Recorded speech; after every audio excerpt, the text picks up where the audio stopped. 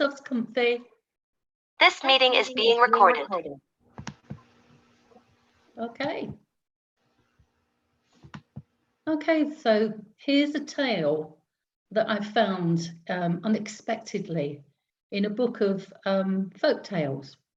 It's by Shirley Jackson, who is renowned as a horror writer. So it was quite a surprise for me to find this little story. It's called The Summer People by Shirley Jackson, and it was first published in the September edition of Charm magazine, 1950. The Allisons' country cottage, 7 miles from the nearest town, was set prettily on a hill. From 3 sides it looked down on soft trees and grass that seldom, even at midsummer, lay still and dry. On the 4th side was the lake, which touched against the wooden pier the Allisons had to keep repairing, and which looked equally well from the Allisons' front porch, their side porch, or any spot on the wooden staircase leading from the porch down to the water. Although the Allisons loved their summer cottage, looked forward to arriving in the early summer, and hated to leave in the fall, they had not troubled themselves to put in any improvements. Regarding the cottage itself and the lake as improvement enough for the life left to them. The cottage had no heat, no running water except the precarious supply from the backyard pump, and no electricity. For 17 summers, Janet Allison had cooked on a kerosene stove, heating all their water. Robert Allison had brought buckets full of water daily from the pump and read his paper by kerosene light in the evenings. And they had both, sanitary city people, become stolid and matter-of-fact about their back house. In the first 2 years, they had gone through all the standard vaudeville and magazine jokes about back houses, and by now, when they had no longer frequent guests to impress, they had subsided to a comfy security which made the back house, as well as the pump and the kerosene, an indefinable asset to their summer life. In themselves, the Allisons were ordinary people. Mrs. Allison was 58 years old and Mr. Allison 60. They had seen their children outgrow the summer cottage and go on to families of their own and seashore resorts. Their friends were either dead or settled in comfortable year-round houses. Their nieces and nephews vague. In the winter, they told one another they could stand their New York apartment while waiting for the summer. In the summer, they told one another that the winter was well worth the wait, waiting to get to the country. Since they were old enough not to be ashamed of regular habits, the Allisons invariably left their summer cottage the Tuesday after Labor Day, and were as invariably sorry when the months of September and early October turned out to be pleasant and almost insufferably barren in the city. Each year they recognised that there was nothing to bring them back to New York, but it was not until this year that they overcame their traditional inertia enough to decide to stay in the cottage after Labor Day. There isn't really anything to take us back to the city, Mrs. Allison told her husband seriously, as though it were a new idea, and he told her, as though neither of them had ever considered it. We might as well enjoy the country as long as possible. Consequently, with much pleasure and a slight feeling of adventure, Mrs. Allison went into their village the day after Labor Day and told those natives with whom she had dealings, with a pretty air of breaking away from tradition, that she and her husband had decided to stay at least a month longer at their cottage. It isn't as though we had anything to take us back to the city, she said to Mr. Babcock, her grocer. We might as well enjoy the country while we can. Nobody ever stayed at the lake past Labor Day before, Mr. Babcock said. He was putting Mrs. Allison's groceries into a large cardboard carton, and he stopped for a minute to look reflectively into a bag of cookies. Nobody, he added. But the city, Mrs. Allison always spoke of the city to Mr. Babcock as though it were Mr. Babcock's dream to go there. It's so hot, you've really no idea. We're always sorry when we leave. Hate to leave, Mr. Babcock said. One of the most irritating native tricks Mrs. Allison had noticed was that of taking a trivial statement and rephrasing it downwards into an even more trite statement. I'd hate to leave myself, Mr. Babcock said after deliberation, and both he and Mrs. Allison smiled. But I never heard of anyone ever staying out at the lake after Labor Day before. Well, we're going to give it a try, Mrs. Allison said. And Mr. Babcock replied gravely, never know till you try.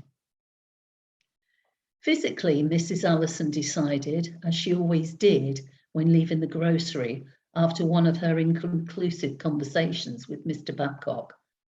Physically, Mr. Babcock could model for a statue of Daniel Webster, but mentally, it was horrible to think into what old New England Yankee stock had degenerated.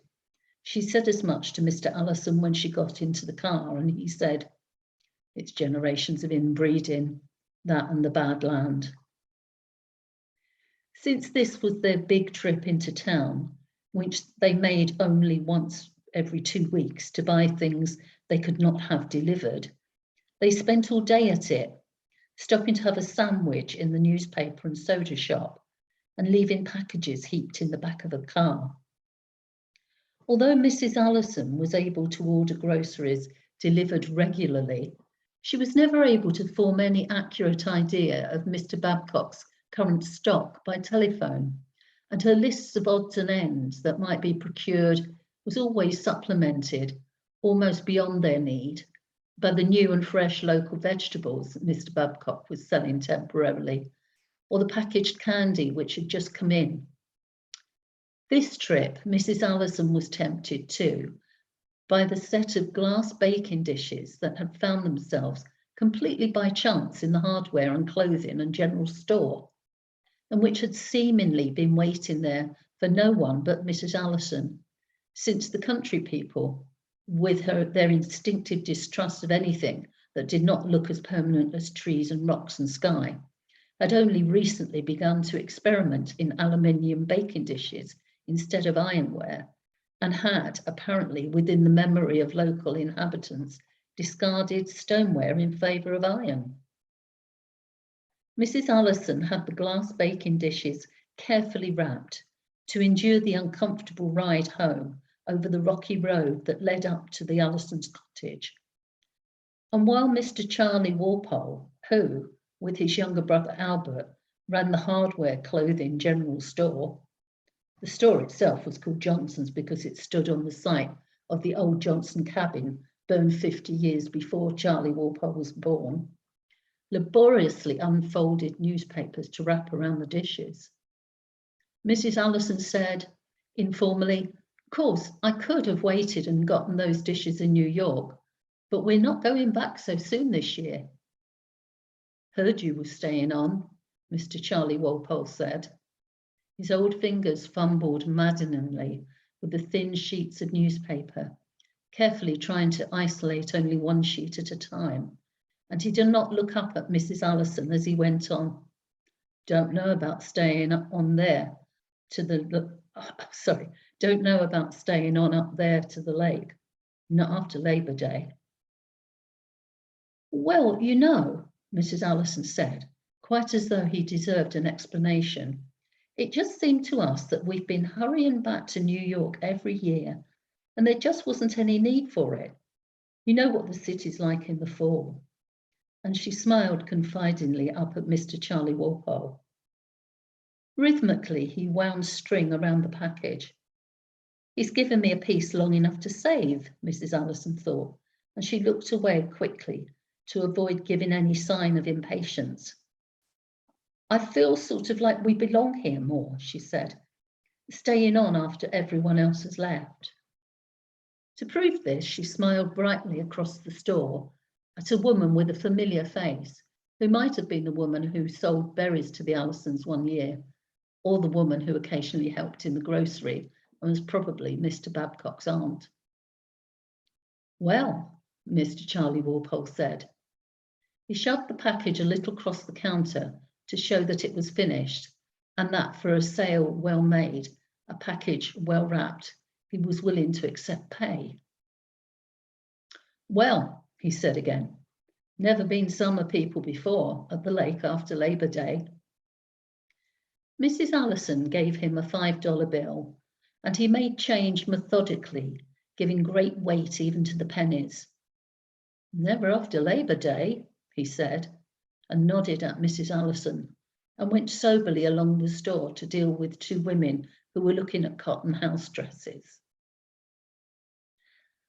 As Mrs. Allison passed on her way out, she heard one of the women say cutely, "Why is one of them dresses $1.39 and this one here is only 98?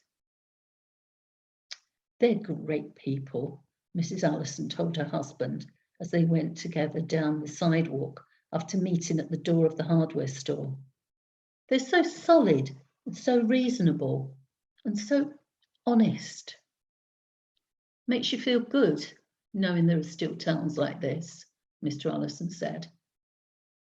"You know, in New York," Mrs. Allison said, "I might have paid a few cents less for these dishes, but there wouldn't have been anything sort of personal in the transaction."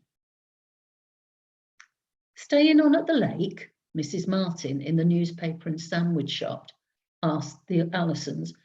"Heard you were staying on." "Thought we'd take advantage of the lovely weather this year," Mr. Allison said.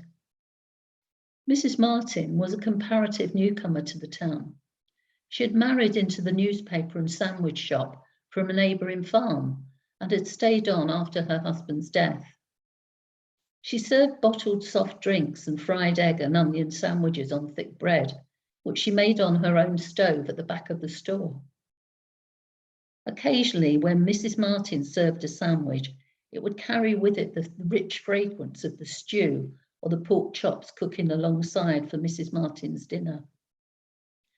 "I don't guess anyone's ever stayed out there so long before," Mrs. Martin said. "Not after Labor Day, anyway." "Well, I guess Labor Day is when they usually leave," Mr. Hall, the Allisons' nearest neighbour, told them later, in front of Mr. Babcock's store, where the Allisons were getting into their car to go home. "Surprised you're staying on." "It seemed a shame to go so soon," Mrs. Allison said. Mr. Hall lived 3 miles away. He supplied the Allisons with butter and eggs, and occasionally from the top of the hill, the Allisons could see the lights in his house in the early evening before the Halls went to bed. "They usually leave Labor Day," Mr. Hall said.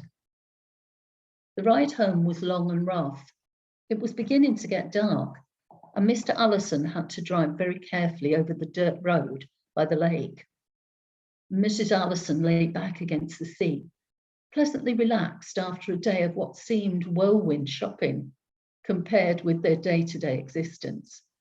The new glass baking dishes lurked agreeably in her mind, and the half bushel of red eating apples and the package of coloured thumbtacks with which she was going to put up new shelf edging in the kitchen.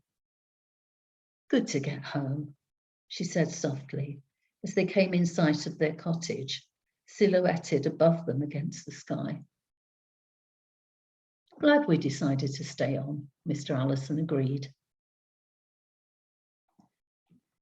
Mrs. Allison spent the next morning lovingly washing her baking dishes, although in his innocence, Charlie Walpole had neglected to notice the chip in the edge of one. She decided wastefully to use some of the red eating apples in a pie for dinner. And while the pie was in the oven and Mr. Allison was down getting mail, she sat out on the little lawn the Allisons had made at the top of the hill and watched the changing lights on the lake, alternating grey and blue as clouds moved quickly across the sun. Mr. Allison came back a little out of sorts. It always irritated him to walk the mile to the mailbox on the state road and come back with nothing, even though he assumed that the walk was good for his health. This morning, there was nothing but a circular from a New York department store and their New York paper, which arrived erratically by mail from 1 to 4 days later than it should, so that some days the Allisons might have 3 papers and frequently none. Mrs. Allison, although she shared with her husband the annoyance of not having mail when they so anticipated it, pored affectionately over the department store circular and made a mental note to drop in at the store when she finally went back to New York and check on the sale of wool blankets. It was hard to find good ones in pretty colours nowadays. She debated saving the circular to remind herself, but after thinking about getting up and getting into the cottage to put it away safely somewhere, she dropped it into the grass beside her chair and lay back, her eyes half closed. "Looks like we might have some rain," Mr. Allison said, squinting at the sky. "Good for the crops," Mrs. Allison said laconically, and they both laughed. The kerosene man came the next morning while Mr. Allison was down getting the mail. They were getting low on kerosene, and Mrs. Allison greeted the man warmly. He sold kerosene and ice, and during the summer hauled garbage away for the summer people. A garbage man was only necessary for improvident city folk. Country people had no garbage. "I'm glad to see you," Mrs. Allison told him. "We were getting pretty low." The kerosene man, whose name Mrs. Allison had never learned, used a hose attachment to fill the 20-gallon tank which supplied light and heat and cooking facilities for the Allisons. But today, instead of swinging down from his truck and unhooking the hose from where it coiled affectionately around the cab of the truck, the man stared uncomfortably at Mrs. Allison, his truck motor still going. "Thought you folks would be leaving," he said. "We're staying on another month," Mrs. Allison said brightly. "The weather was so nice and it seemed like..." "That's what they told me," the man said. "Can't give you no oil though." "What do you mean?" Mrs. Allison raised her eyebrows. "We're just going to keep on with our regular. After Labor Day," the man said. "I don't get so much oil myself after Labor Day." Mrs. Allison reminded herself, as she had frequently to do when in disagreement with her neighbours, that city manners were no good with country people. You could not expect to overrule a country employee as you could a city worker. And Mrs. Allison smiled engagingly as she said, "But can't you get extra oil at least while we stay?" "You see," the man said. He tapped his finger exasperatingly against the car wheel as he spoke. "You see," he said slowly, "I order this oil. I order it down from maybe 50, 55 miles away. I order back in June how much I'll need for the summer.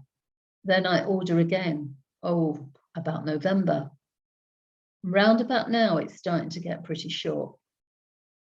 As though the subject were closed, he stopped tapping his fingers and tightened his hands on the wheel in preparation for departure. "But can't you give us some?" Mrs. Allison said. "Isn't there anyone else?" "Don't know as you could get oil anywhere else right now," the man said consideringly. "I can't give you none." Before Mrs. Allison could speak, the truck began to move and then it stopped for a minute and he looked out at her through the back window of the cab. "Ice?" he called. "I could let you have some ice." Mrs. Allison shook her head. They were not terribly low on ice and she was angry. She ran a few steps to catch up with the truck, calling, "Will you try to get us some next week?"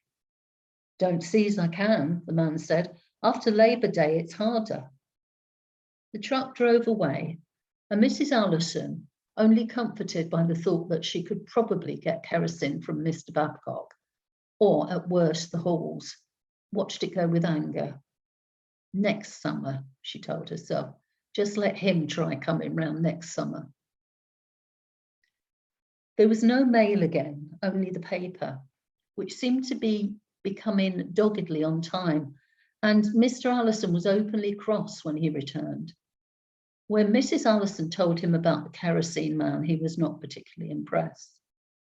Probably keeping it all for a high price during the winter, he commented. What's happened to Anne and Jerry, do you think? Anne and Jerry were their son and daughter, both married, one living in Chicago and one in the far west. Their dutiful weekly letters were late, so late, in fact, that Mr. Allison's annoyance at the lack of mail was able to settle on a legitimate grievance. Ought to realise how we wait for their letters, he said. Thoughtless, selfish children ought to know better. Well, dear, Mrs. Allison said placatingly. Anger at Anne and Jerry would not relieve her emotions towards the kerosene man. After a few minutes, she said, well, wishing won't bring the mail. I'm going to call Mr. Babcock and tell him to send up some kerosene with my order. At least a postcard, Mr. Allison said as she left.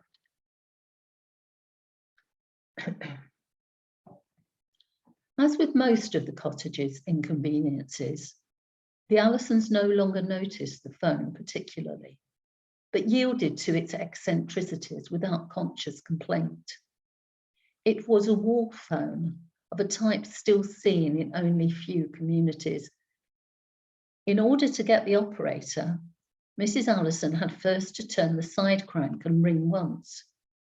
Usually it took 2 or 3 tries to force the operator to answer, and Mrs. Allison, making any kind of telephone call, approached the phone with resignation and a sort of desperate patience. She had to crank the phone 3 times this morning before the operator answered, and then it was still longer before Mr. Babcock picked up the receiver at his phone in the corner of the grocery behind the meat table. He said, "Store?" with rising inflection that seemed to indicate suspicion of anyone who tried to communicate with him by means of this unreliable instrument. This is Mrs. Allison, Mr. Babcock. I thought I'd give you my order a day early because I wanted to be sure and get some. What say, Mrs. Allison? Mrs. Allison raised her voice a little. She saw Mr. Allison out on the lawn, turn in his chair and regard her sympathetically. I said, Mr. Babcock, I thought I'd call in my order early, so could you send me... Mrs. Allison, Mr. Babcock said, you'll come and pick it up. Pick it up? In her surprise, Mrs. Allison let her voice drop back down to its normal tone, and Mr. Babcock said loudly, what's that, Mrs. Allison? I thought I'd have you send it out as usual, Mrs. Allison said. Well, Mrs. Allison, Mr. Babcock said, and there was a pause while Mrs. Allison waited, staring past the phone, over her husband's head, out into the sky. Mrs. Allison, Mr. Babcock went on finally, I'll tell you, my boy's been working for me, went back to school yesterday, and now I got no one to deliver. I only got a boy delivering summers, you see. I thought you always delivered, Mrs. Allison said. Oh, not after Labour Day, Mrs. Allison, Mr. Babcock said firmly. You never been here after Labour Day before, so you wouldn't know, of course. Well, Mrs. Allison said helplessly.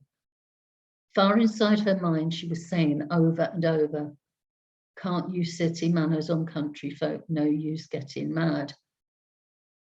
Are you sure? She asked finally. Couldn't you just send out an order today, Mr. Babcock? Matter of fact, Mr. Babcock said, I guess I couldn't, Mrs. Allison. It wouldn't hardly pay delivering with no one else out at the lake. Well, what about Mr. Hall? Mrs. Allison asked suddenly. The people who live about 3 miles away from us out here, Mr. Hall could bring it out when he comes. Hall? Mr. Babcock said. John Hall. Oh, they've gone to visit her folks upstate, Mrs. Allison. But they bring all our butter and eggs, Mrs. Allison said, appalled. Left yesterday, Mr. Babcock said. Probably didn't think you folks would stay on up there. But I told Mr. Hall. Mrs. Allison started to say it and then stopped. I'll send Mr. Allison in after some groceries tomorrow, she said. You've got all you need till then, Mr. Babcock said, satisfied. It was not a question, but a confirmation.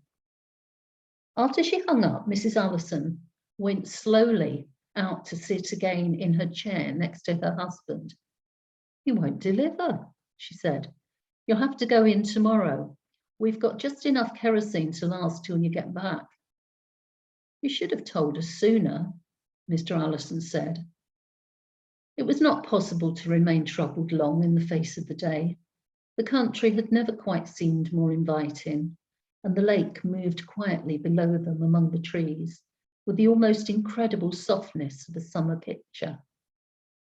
Mrs. Allison sighed deeply in the pleasure of possessing for themselves that sight of the lake, with the distant green hills beyond, the gentleness of the small wind through the trees.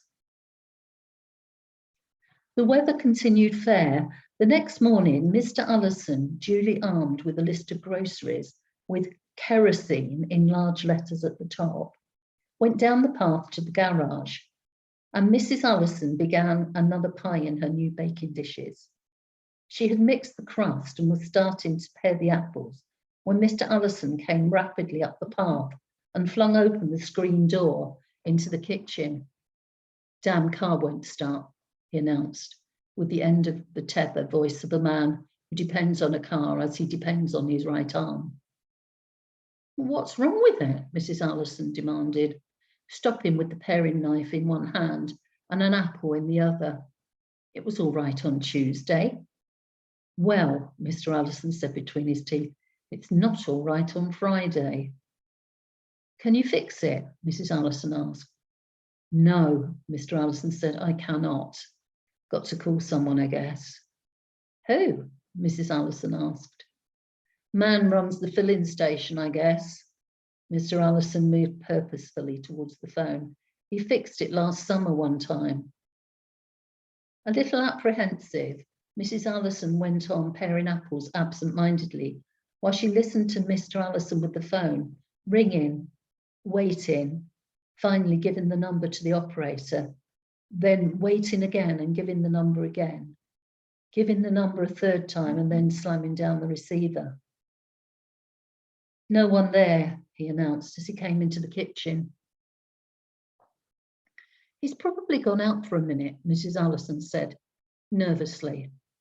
She was not quite sure what made her so nervous, unless it was the probability of her husband's losing his temper completely. He's there alone, I imagine, so if he goes out, there's no one to answer the phone. Oh, that must be it, Mr. Allison said with heavy irony. He slumped into one of the kitchen chairs and watched Mrs. Allison paring apples.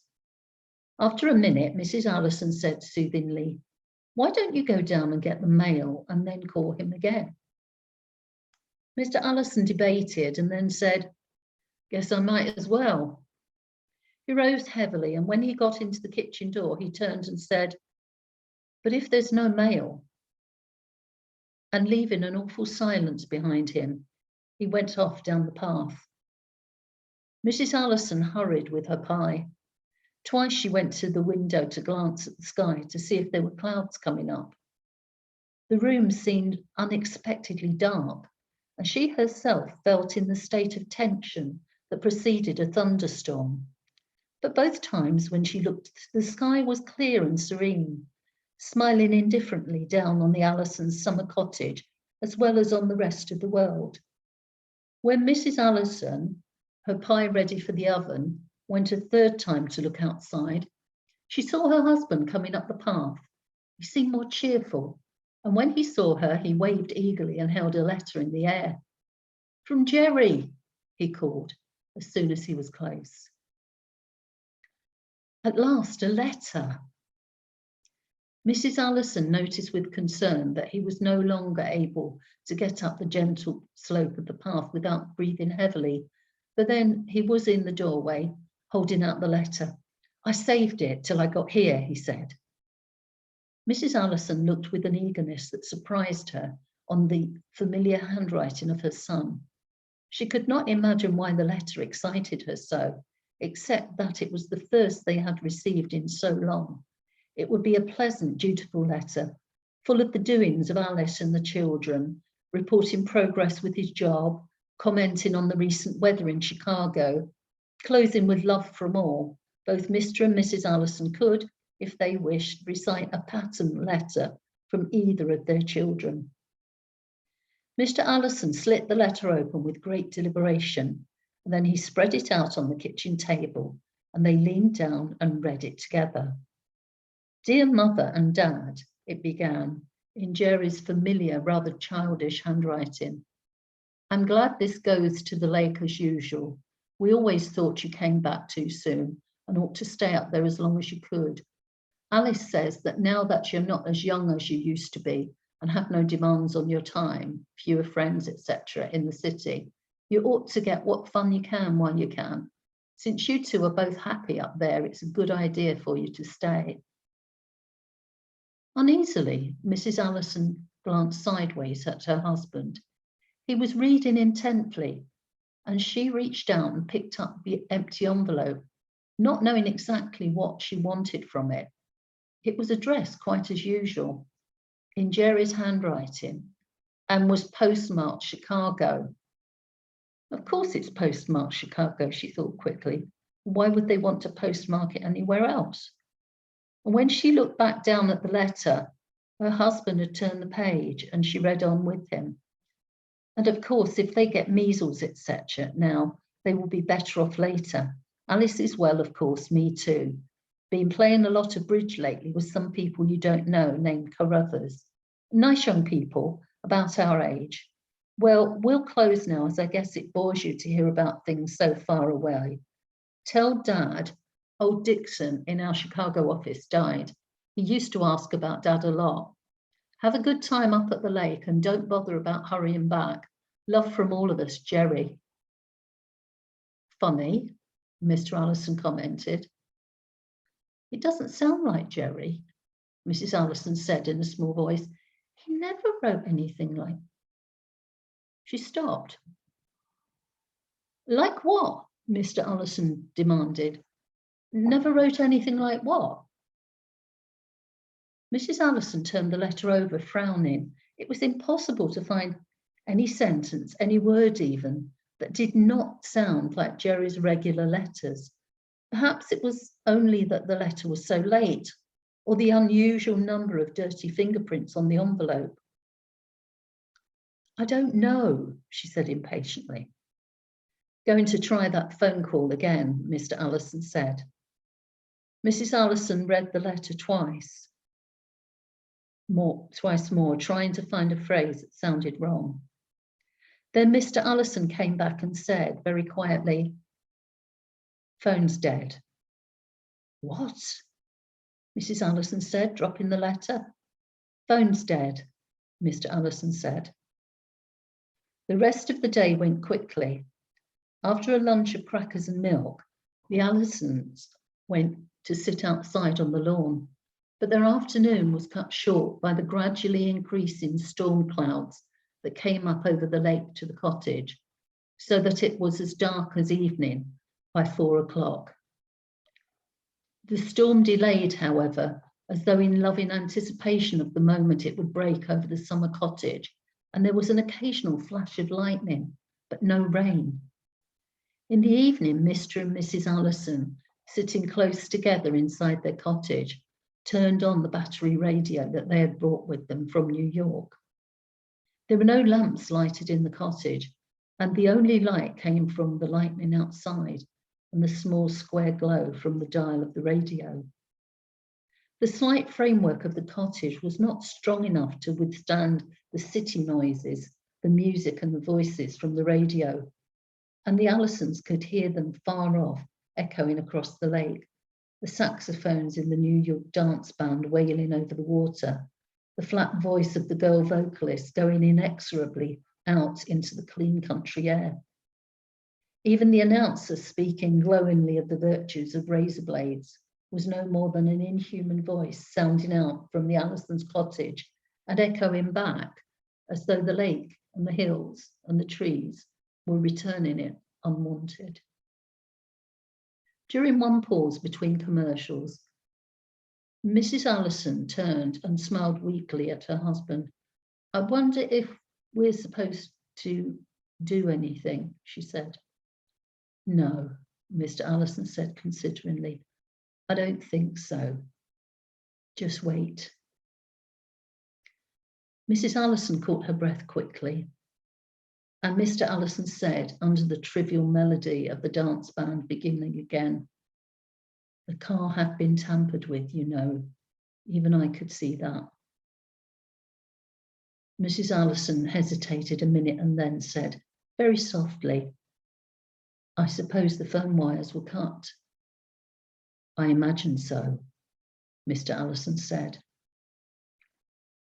After a while, the dance music stopped, and they listened attentively to a news broadcast, the announcer's rich voice telling them breathlessly of a marriage in Hollywood, the latest baseball scores, the estimated rise in food prices during the coming week. He spoke to them in the summer cottage, quite as though they still deserved to hear news of a world that no longer reached them, except through the fallible batteries on the radio, which were already beginning to fade, almost as though they still belonged, however tenuously, to the rest of the world. Mrs. Allison glanced out of the window at the smooth surface of the lake, the black masses of the trees and the waiting storm, and said conversationally, "I feel better about that letter of Jerry's."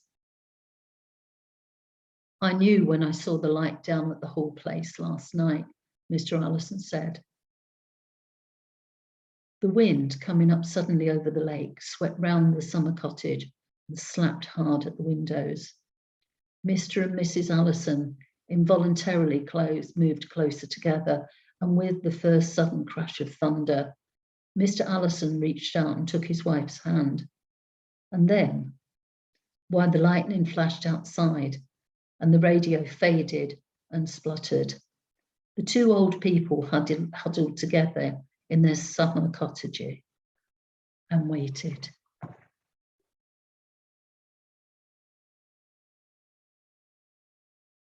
Good night, everybody.